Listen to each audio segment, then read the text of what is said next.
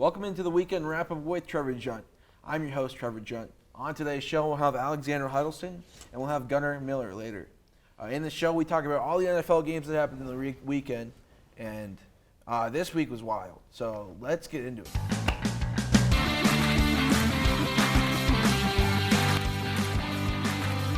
Okay, Alex. So the NFL is king, obviously. By far. The best divisional round. The only sport I know from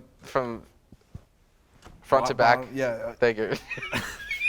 But the divisional round is always the best week of football every year, and man, this year really lived up to the glory that it really was. I feel like it should have been pay-per-view. It was. Jeez. It was amazing. And it was the best weekend of football I probably ever watched. I think it's in the best week of football in NFL history. Football history. I can get down on that. Yeah. Honestly. Absolutely bonkers, man. It was crazy. And yeah, my team's not even in it, but I was having a blast watching it. For real. Okay, dude, let's go into your first game. Actually, your only game. Let's go into San Francisco and Green Bay. I thought I had 2 games. Well, I mean, kind of. Yeah, well, you know what? Let's get into 49ers. 49ers football. Before the game, Aaron Rodgers was 0-3 against the Niners in the postseason. He is now 0-4 because the Niners pulled out a 13-10 victory over Green Bay, which by that game was very hard to watch. As a Niner, I will say I am a Niner fan, but I'm going to keep this analytical as possible. Hardest game I could ever see them play. I just think so far the postseason for the Niners it's been magical, honestly. Two of the biggest rivals in Niner history. You go to Dallas in the wild card game.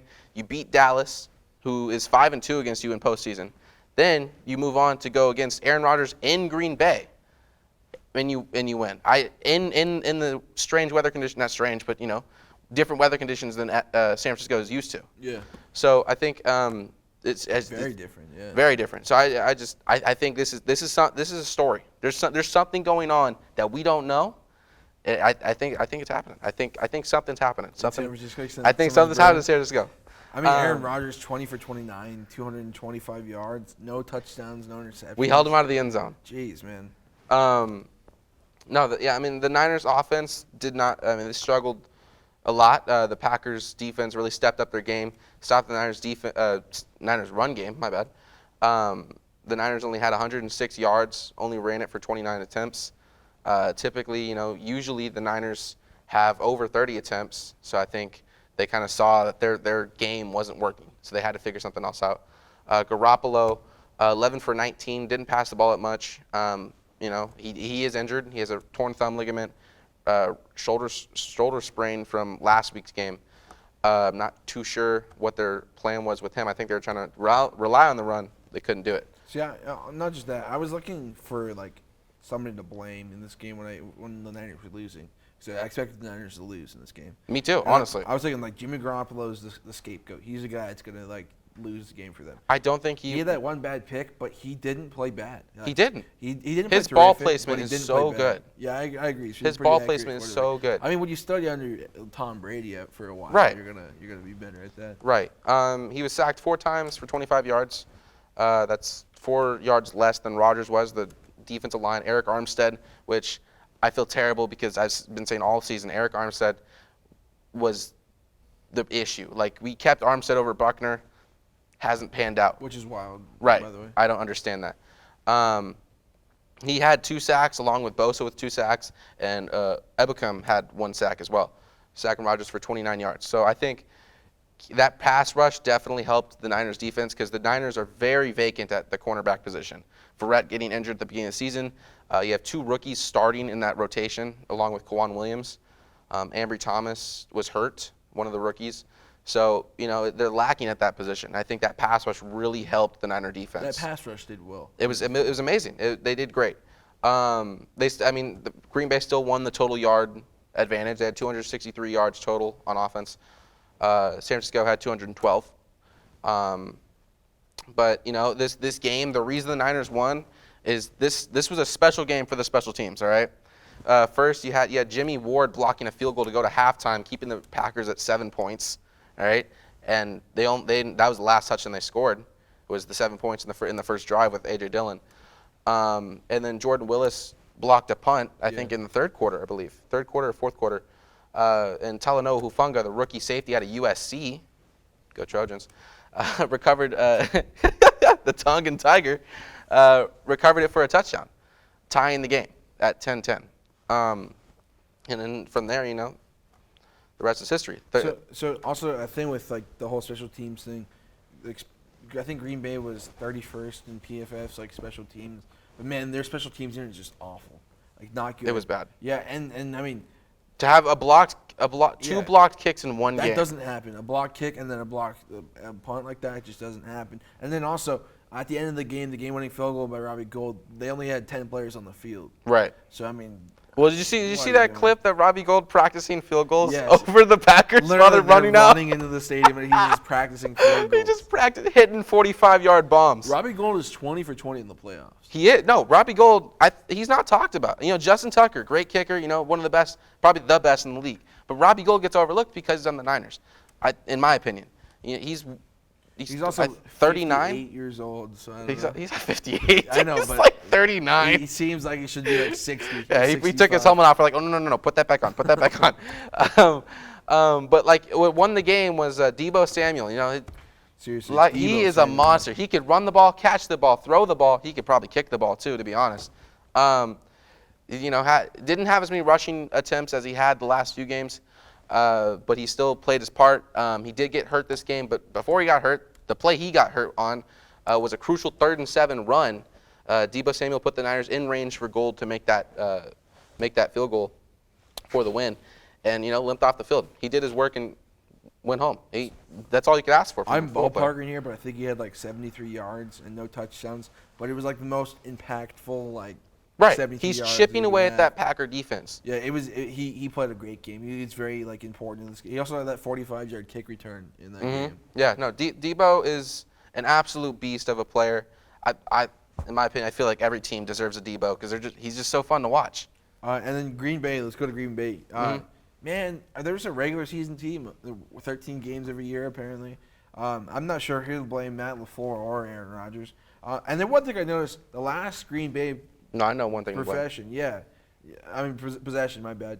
Devontae Adams was going down the field. He was double covered, and he was doing a post. And then Alan Lazard just did an in, and he was right here in the middle of the field. Right. He was wide open. Devontae Adams was double covered, and Aaron Rodgers sees both these guys and goes, nah, F it. He's down there somewhere. Yeah, it's down there somewhere. Yeah, and it didn't work. I mean, that doesn't work all the time. You got to go with the safe option sometimes. They would have got the first down and continue the drive. But right, and that's what they did in Week 3 against the Niners. Is they just did short passes. I don't know what that long pass was. Yeah, I don't understand. And honestly, I think what lost the game for the Packers was that catch by Aaron Jones. When he was breaking downfield, he got past Jimmy Ward, and he turned around. If he never turned around and kept running for the end zone, they would have won the game because they would have had more points than the Niners. He had 170 total yards, but he should have. Oh my goodness, that was wild. I don't understand why he didn't just try to race to the corner. I don't know what he's done. He turned in to stiff. I don't know what he's done. Okay. Let's ask some questions. So is this Aaron Rodgers' last game in the Green Bay uniform? I think in Green Bay, I would. This is a take. I think Aaron Rodgers I think he needs to go. I think it is. It is. Sorry, my bad. I'm taking a long time. No, you're good. It is. I think his last name. Last game in a Green Bay Packers uniform. I do think he's going to be searching for a new team this offseason. But Aaron Rodgers, he has age. I think he needs to look for a team that already has a set team. The Pittsburgh Steelers, I think, would be a great fit for him. The Broncos would be a good fit for him. But I think the Steelers would be a better setup, in my opinion, because the AFC North. Yes. That's the Ravens, Steelers, Browns. Who's the fourth? Bengals.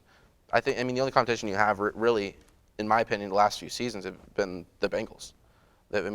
Joe Burrow got hurt last year, of course, and they weren't a competitive team. The Ravens are also competitive. They are competitive, but they just. The Browns. They're they iffy. made the divisional round last right.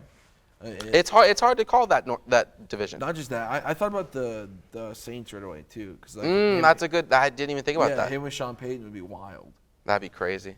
Okay, and then one more question. So San Francisco was really an unlikely team to make it this far, in my opinion, being a 6th seed. So out of all the 4 teams, they just seem like the odd man out. Right. Do you think like they'll beat the Rams next week, and do you think they're going to the Super Bowl? Well, then I actually did research on this. So I actually looked up some of the wild card teams in history that have made it to Super Bowl. One of the most notable ones, the 2018 Eagles, who were 9-7 in the season.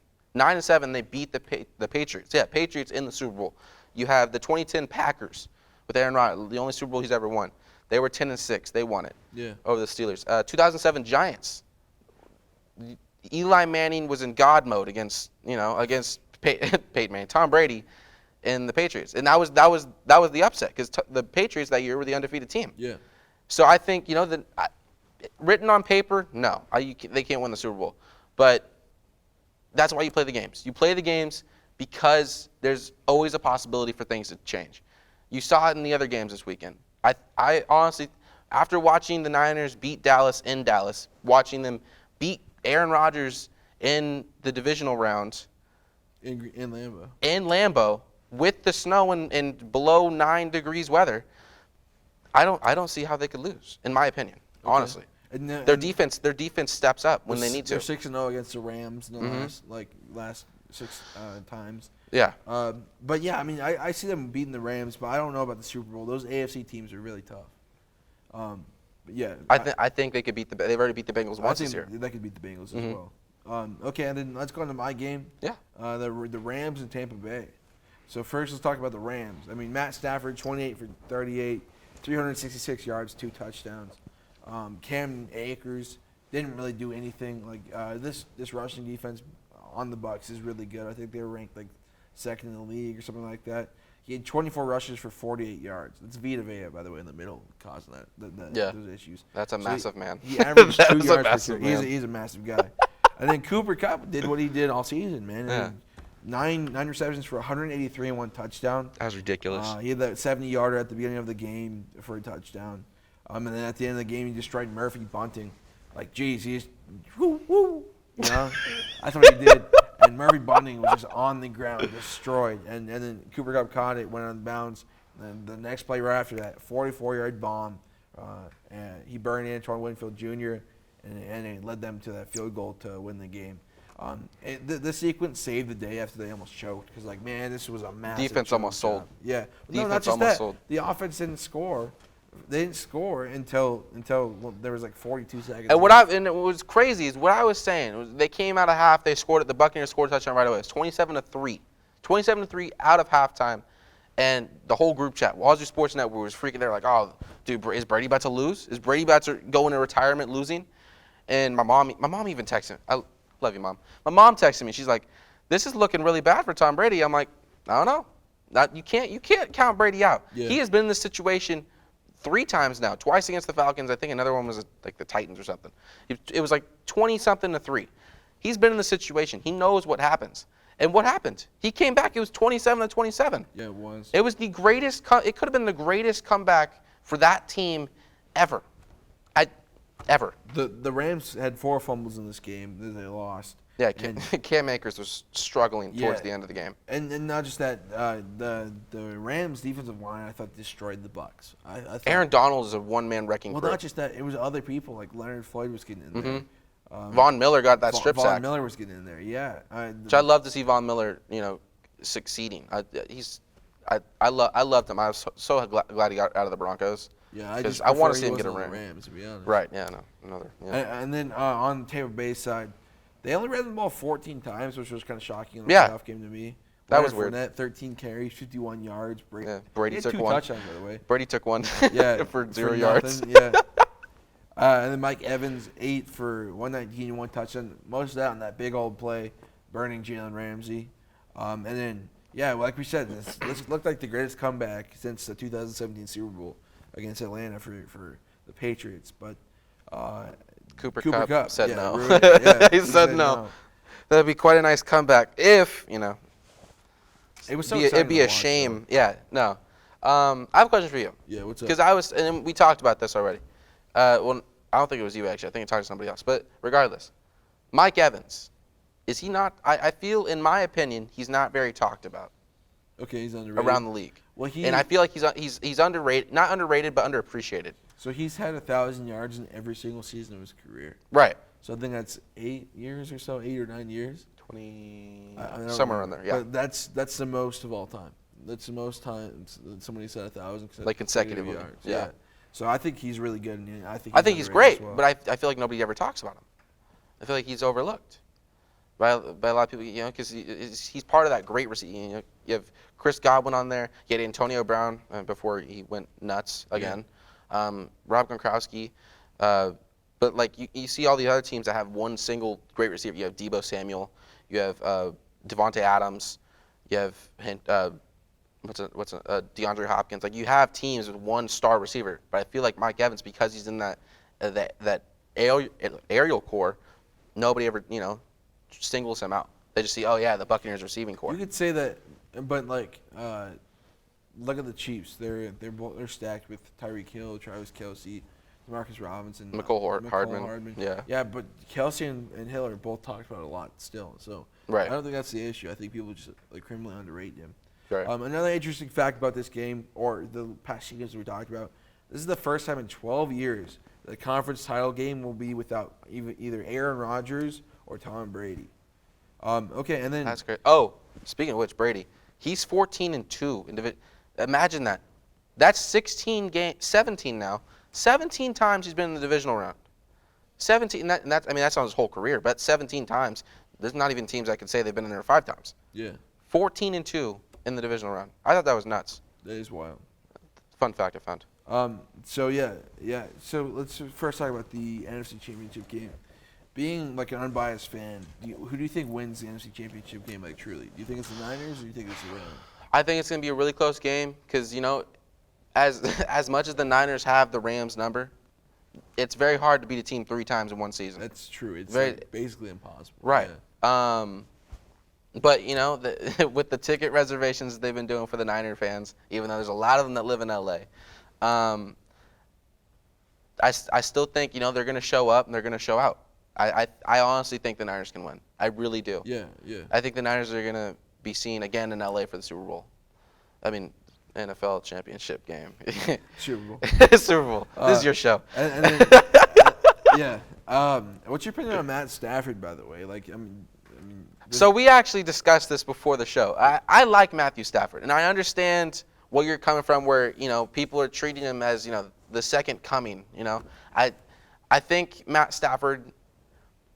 I think he's talked about enough where I think he's good. I think he's a great quarterback. He's just not like Aaron Rodgers. Like people are comparing him like Aaron Rodgers and like Drew Brees, like top tier quarterbacks. I think he's top 20. I wouldn't put him in the top 15 or top 10.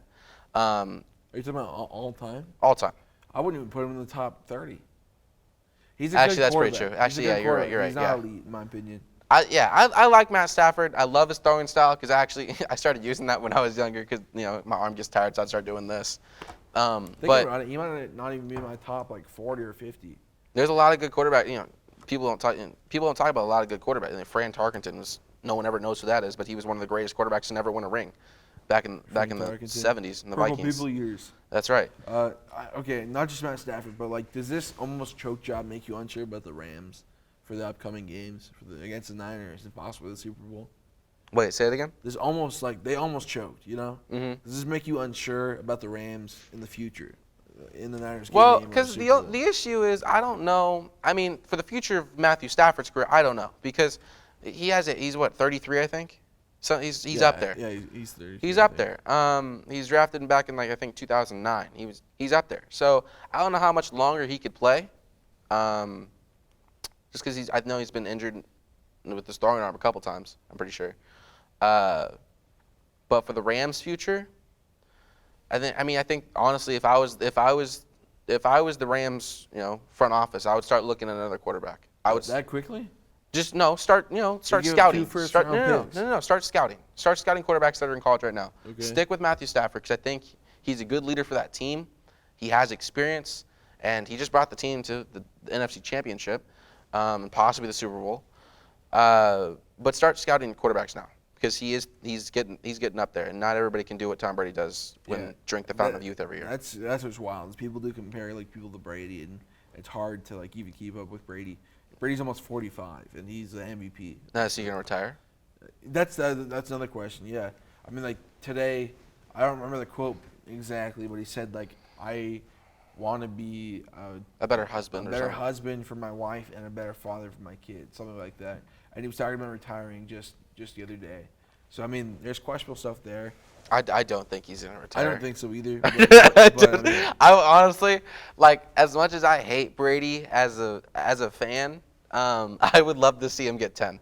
Like, I honestly, 10? like, Jeez. 10 rings, that'd be so cool. That'd be, no one would ever be able to get 10 rings ever again. I mean, even if he's like a journeyman quarterback for the last ring, like he just joins a team in the divisional round and just is a backup, and goes in the Super Bowl, plays one down, that's it, he gets the ring. I don't see Brady doing that. I don't see him doing it, but like I would love to see him get 10. I would love to see someone get 10 rings. As much as I hate him, I would love to see it. I don't think there's much to prove for Brady, to be honest. No, there's nothing to prove. Exactly. So I mean, why continue your career? I get it. Yeah, no, and I see why he would want to retire because no one's gonna in the next 50 years. I mean, it's crazy to see the NFL. I mean, Joe Montana. Everybody thought Joe Montana. I thought Joe Montana was the greatest quarterback of all time. He's arguably the top 3, right? Top 3, yeah. But as sports and athletes and training and health, not health care, but the caring for athletes' bodies, as that advances throughout the years, you're going to see athletes do things that they've never done before. So we see LeBron James, Steph Curry, Tom Brady. We see these guys being gods in their sport.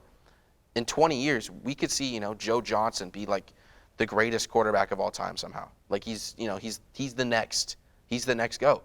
So there's nothing for him to prove at the moment. But, when time comes, the advancements in, technology and health, it's going to happen just out of pure human development. Isn't Joe Johnson ISO Joe, by the way? Huh? ISO Joe. Are you talking about the basketball player Joe Johnson? Yeah, that's Joe Johnson. Well, ISO I Joe. just use John Doe. I don't know. Anyway. Alex Huddleston could be the best quarterback of. You don't know that. Anyway, man, I appreciate you coming on my show. It was good to talk. It was awesome. I've never been on the show. I was super excited. Yeah, I'm honestly. happy to have you. Honestly, you did a really good job. Thank man. you. So Appreciate it. Appreciate it. on the show. We'll cut right here. Welcome back to the weekend wrap up with Trevor Junt. I'm your host, Trevor Junt. On today's show, we have Gunnar Miller. Gunnar, we're going to talk about a few games. I'm excited to talk about football with you. Let's just get started. Likewise. So the first game we'll be talking about is the Titans versus the Bengals. Cincinnati came out of Tennessee with a huge 19-16 victory against the top-seeded Titans. Although Joe Mixon had the only touchdown, I feel like Joe Burrow came out big for Cincinnati, going 28 for 37, 348 yards, and a pick. But that pick, he was sacked 9 times, which is the most in playoff history. Yeah. That O-line failed. They couldn't really run the ball. They couldn't do anything. Mixon, you said, had 54 yards. He had that one reception for not one, but he had 6 receptions for 51 yards. 9 sacks. The first team in NFL history to allow 9 sacks and still win a playoff game. That's a wild stat. What I'm worried about is next week, the interior line is rough for Cincinnati. That's usually what has been their problem in the past. They face Jaron Reed and Chris Jones next week, so that's rough for them. That's going to be a tough game. And, they did show they could come back in games. And, I think the biggest storyline of this game, though, was Derrick Henry making his return from 9 weeks out with a broken foot injury. And, he ran for a touchdown, but he only finished with 62 yards. Yeah. And I don't know what people were. Yeah. I don't know what people were expecting him to do, coming back such a big injury in such a short amount of time. 3.1 yards per carry is not good at all. That's bad efficiency. I agree. Evan McPherson. Well, no, before we go to Evan McPherson, Jamar Chase, 5 receptions for 109 yards. He became the youngest player in NFL history to have multiple 100-yard receiving games. So that's pretty impressive.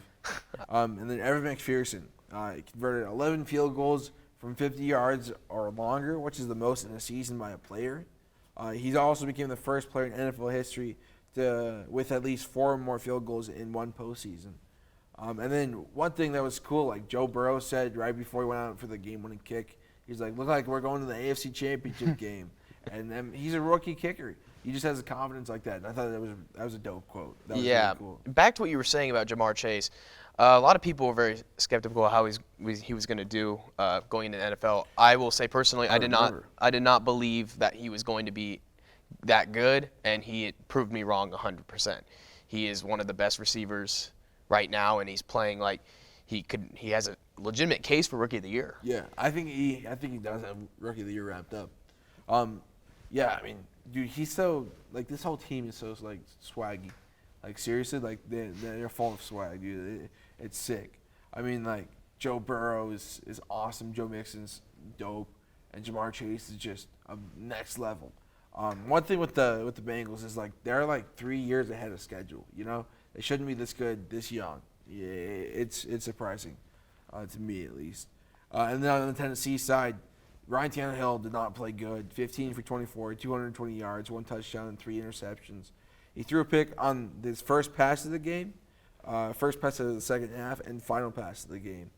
The Bengals D-line didn't play well, but the secondary played awesome. That's why they got the picks. Yeah, and just the Titans D-line destroyed Cincinnati's own line, like we said. So I got a few questions about Cincinnati. So how far do you see the Bengals going? And do you believe in Joe Burrow? Can he keep this up with the KC offense? Can they keep up with them? I mean, if we saw the Kansas City game last night, which is, in my mind, the best football game I have ever seen, the Chiefs' defense didn't play that well in crunch time, and Joe Burrow feeds off that 100%. I think the Bengals can go as far as they want to. They just cannot be nervous going into Kansas City.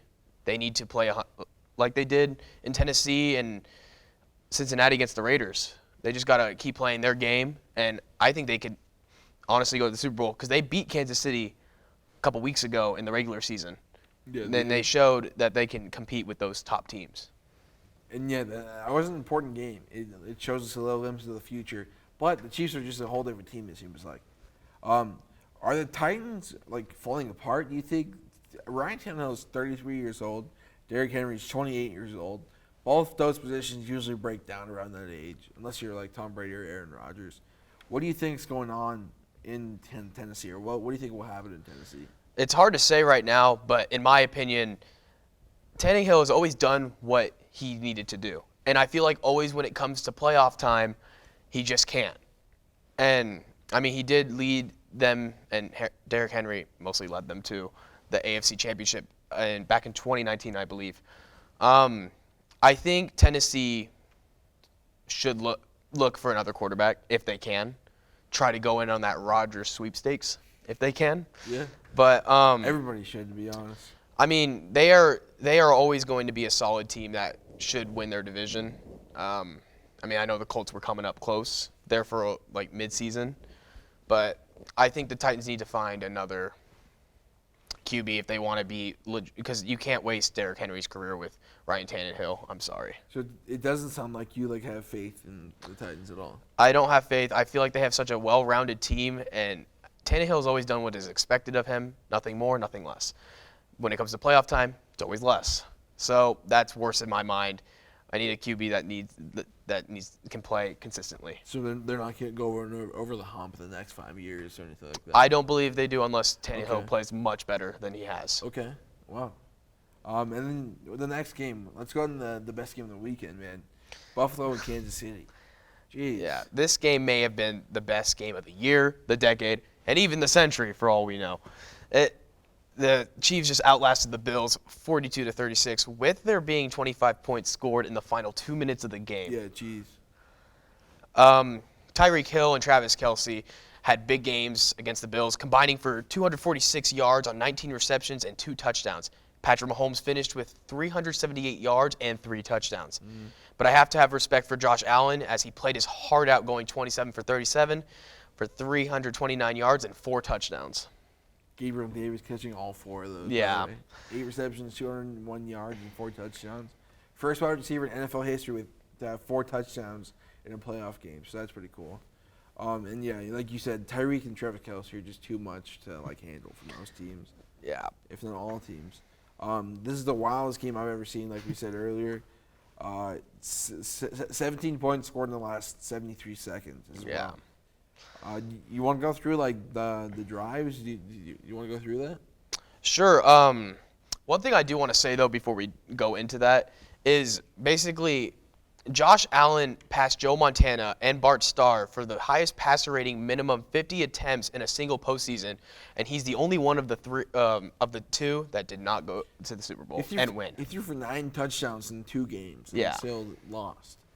It's crazy that can happen now. If you think about like the 2010s, the 2000s, like if you were to do that in that time span period, it'd be fine. But a team like the Chiefs are generational, and you don't see it at all. Yeah. A team that put up that much numbers and that can beat a good team like the Bills, outlast them. It's just crazy to me, honestly. And then let's go through the drives. Yeah, so the score was 21-26 with 2 minutes left. Josh Allen then hit Gabriel Davis on a 4th and 13, where he absolutely cooked his defender, by the way. I don't know if you saw that play, but that guy was turned around on the ground. Yeah, he like fell, and I was just like, wow, that's going to be a touchdown. Yeah, geez, man. And they scored, and then they went for 2 to try to go up 3. Stephon Diggs caught a wild 2-point conversion. They went up 29-26, leaving 1:54 on the clock. So that's too much time for Mahomes. Mahomes hit Tyreek Hill for a 64-yarder, where he burned everyone, and he was tossing up the peace sign at like the 15. There was 1 minute and 2 seconds on the clock, which is too much time for Josh Allen. And then Josh Allen drove down the field, and the Bills scored another pass to Davis with 13 seconds on the clock. And guess what? That's too much time for Mahomes. So the Bills then kicked it. I didn't really understand this. They kicked it for a touchback when they could have just booted up the ball and wasted like 5 seconds. I did not understand that decision by the kicker. You got to waste time. It's not the kicker, though. It's the coach's decision. Yeah, I guess it is the decision on special teams. Well, yeah, 13 seconds was too much time for Mahomes, so somehow the Chiefs ran 2 plays, getting 19 on a play to Tyreek, which took 5 seconds, and then the second play was a 25-yarder to Kelsey to put him in field goal range with 3 seconds on the clock. So Butker nailed that 49-yarder, and then went into overtime. The Chiefs won the toss, and they drove down the field, and Travis Kelsey scored, and they won 42-36. One thing that was cool, Andy Reid told Patrick Mahomes, when it's grim, be the Grim Reaper, when there was 13 seconds left on the clock. You know how cool of a line that is, by the way? That is a pretty sick line. That's the hardest line of all time, and it was said by Andy Reid. But anyway, going back to that, we went from Mahomes, too much time for Mahomes, to too much time for Allen, and too much time for Mahomes. So that's a wild 2 minutes, man. Yeah, I just cannot believe with 13 seconds. That just shows you how crucial keeping your timeouts until the final minutes is, because the only way that made that possible was calling a timeout after each of those big plays. So timeouts are very crucial, and I do think we need to talk about the overtime rules. Okay. This game has made it very controversial. I want to know your opinion. I'll tell you mine after. So I don't think we should change the overtime rules. We changed them back in 2010, postseason, I think, and 2012 regular season. But yeah, if your defense can't make a stop, then you're not going to win a game. Football's a team game. It's not just quarterbacks. Your defense, the number one defense, by the way, was the Bills. The number one defense in the league was the Bills. They didn't make a stop. Didn't make a stop. Chiefs scored. The Chiefs won. I think that's fair. It's football, man. We're not playing fantasy football where it's just all offense. This is defense too. It's a whole team game. I don't think you should change the rules. Yeah, I can agree with that. I'm going to try to argue for both ways. Like back what you were saying, your defense needs to make a stop in 13 seconds. Yeah. I'm sorry. You cannot allow 2 big plays to get in field goal range from where they were. And with the overtime rules, though, there was no one stopping the Bills either. So it's kind of is like, from hindsight, it is a little unfair they didn't get a chance, but that's how the game goes. That's the rules. So ultimately, I do not think the overtime rules should be changed. As a fan, I would like it, but just normally, your defense needs to make that stop. Yeah. 100% of the time. 13 seconds. It was interesting to watch as a fan, but now seeing it from hindsight, you got to make that stop. Playing devil's advocate, too. Playoff teams have a 90% win rate in overtime if they win the coin toss. But yeah, I agree with you. I fully agree. Just leave it like it is, man. So what do you see happening next week? Cincinnati versus Kansas City. Who wins? Who wins that game? I have a feeling this is going to be like the Browns versus the Chiefs playoff game from a year ago in the divisional round, where the Bengals are going to go. They're going to keep up, and they're going to make it very competitive. I think it's going to be. This is a very bold statement. I think it's going to be a little low scoring than the Bills and Chiefs game was. I think both offenses are going to struggle, but I think ultimately I think the Chiefs are going to barely squeeze out of another win. I think it's going to go to another game-winning either touchdown or field goal. Okay. I see the Chiefs squeezing out too. I don't think I mentioned what I thought last week. Last time Alex was on. I think the Niners are going to win in the NFC, and I think that Kansas City is going to win the AFC. I think Kansas City is going to win the Super Bowl in that repeat. Kansas City has hosted 4 straight AFC championships, by the way. And Patrick Mahomes has only been the starting quarterback for the Chiefs for 4 years. So the 4 years that he started, they've hosted the AFC championship 4 times. One more time, who's your Super Bowl pick? Just right now. I'm going to go with the Chiefs coming out of the AFC, like I said, and then I have the Rams finally overcoming the Niners. I know the Rams have not had the Niners number at all the past 3-4 years. This is finally the time to do it, which is the NFC Championship. I think they live up to all the hype that they've created, getting all those good players. I think it's finally time for the Rams to get over that hump and Stafford to finally go to his first Super Bowl. And I think the Chiefs will win in a high-scoring Super Bowl. Okay. Like that Rams Chiefs Alex. games like 4 years ago or whatever. Alex is right there. He's sitting over here. Alex, what's your Super Bowl pick, buddy? It's okay. You can just tell me. I can tell the audience. Like the 2 teams? Yeah, your 2 teams. Oh,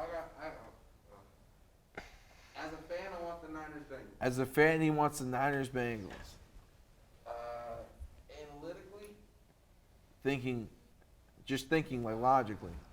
You know what? I'm going to stick with the Niners Bengals. He's saying Okay. Niners Bengals. Sticking with it. Who's winning that game? Niners. He said the Niners over the Bengals. So he has the Niners over the Bengals. I have Kansas City over the Niners, and you have the Chiefs over the Rams. Yep. Awesome. Well, Gunnar, thank you for coming on the show. This is obviously an exciting week. Yeah.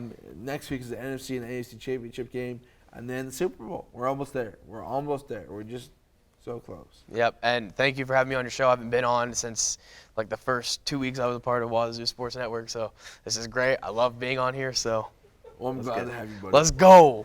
We're signing off right here. Follow both of them on Twitter. Alexander Huddleston is something complicated. I'll put it in the video. Alex from Up Edits. Yeah, I think it's Russell from Up Edit. Oh, Russell. Yeah, and then we have Like Gonna Cook. So follow them on social media. Thank you for watching our show. This is an awesome week of football, and we're glad to have you back, and we're glad to be back, to be honest. So we'll see you next week for the AFC and the NFC Championship. Have a good rest of your week, and go Cougs. Go Cougs. Woo!